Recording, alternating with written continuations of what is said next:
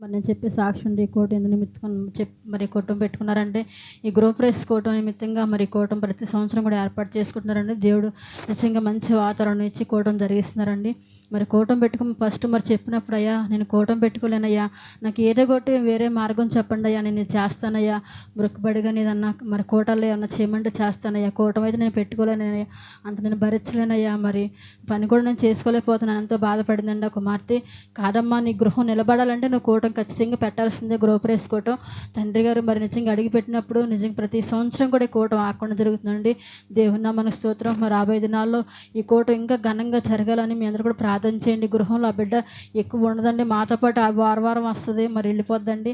మరి గృహం పని ఎలా చేసుకుంటామని చాలా భయపడ్డామండి. ప్రభువా, ఆ బిడ్డలకు శక్తి బలం ఇచ్చి నాయన మరి గృహంలో చక్కగా అన్ని క్లీన్ చేసుకుంటే సాక్ష్యం చెప్పుకుంటా అనుకున్నాను. నిజంగా ప్రభువారు మరి ఆ బిడ్డలకి ఎందుకన్నా మరి చక్కగా మరి శక్తి బలం ఇచ్చారండి. ఆత్మీయ తండ్రి గారు కుటుంబానికి క్షేమంగా తీసుకొచ్చారండి. దేవునికి స్తోత్రం. మీ అందరికీ నా వందనాలు.